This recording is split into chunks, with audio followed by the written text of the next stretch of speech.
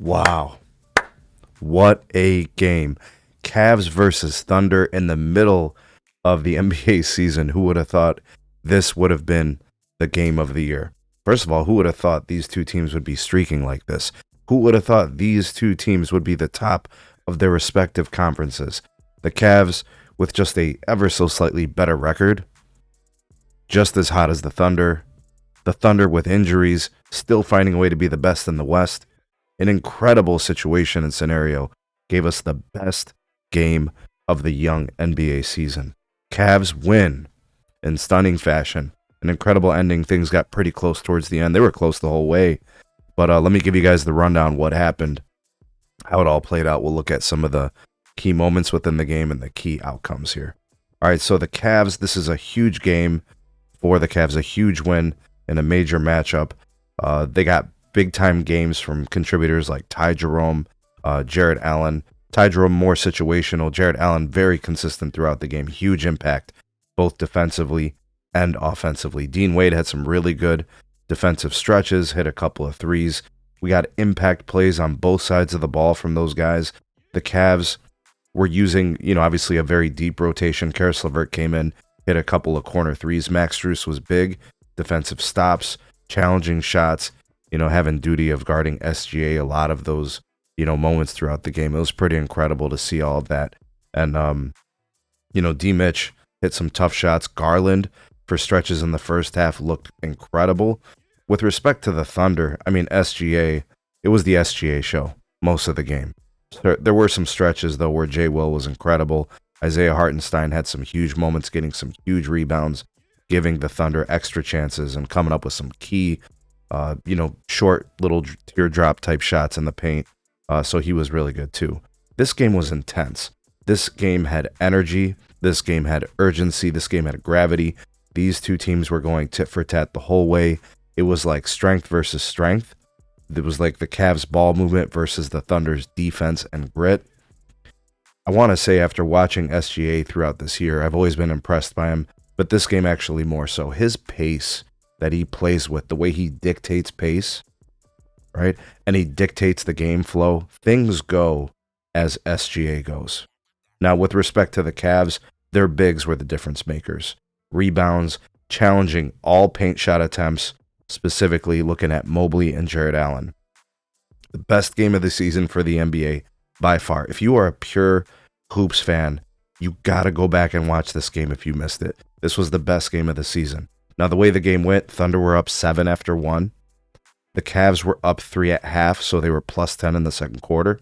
And then the Cavs were up 1 after 3 quarters, to show you how tight this game was for the entirety of it, all the way down to the end. Now, at the end of the game, in the last 2 minutes, the Cavs got a couple of key offensive rebounds. Like I said, Allen and Mobley were the difference makers. You could clearly see that Chet was missed, and Chet will be required if these two teams end up facing each other in the finals, which is very possible. I'm not saying it's a foregone conclusion, but clearly there's a reason why these two teams have the records they do. They're very good. I would say that Darius Garland had some really key moments, especially towards the end of the game, down the stretch. We'll talk more about that here. But this game was very hard to officiate. There were some missed calls, a couple of wrong calls, a couple of missed calls.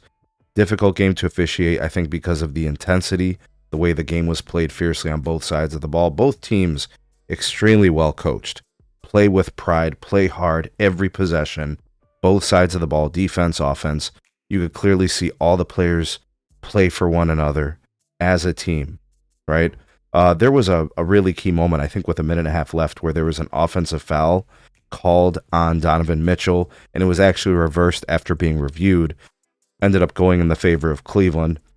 Mobley scored on that possession, and then the Cavs got a stop, and then Garland closed it out, attacking the rim, getting by Wallace for the lay-in.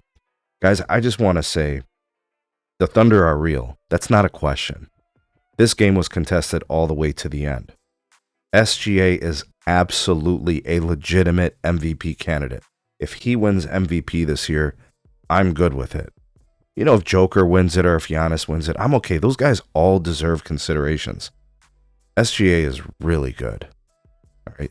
And the team, the Thunder, without Chet Holmgren, is still top of the class. I didn't lose any respect for that team. If anything, I gained respect for that team. But the Cavs are real, and they were just too much tonight.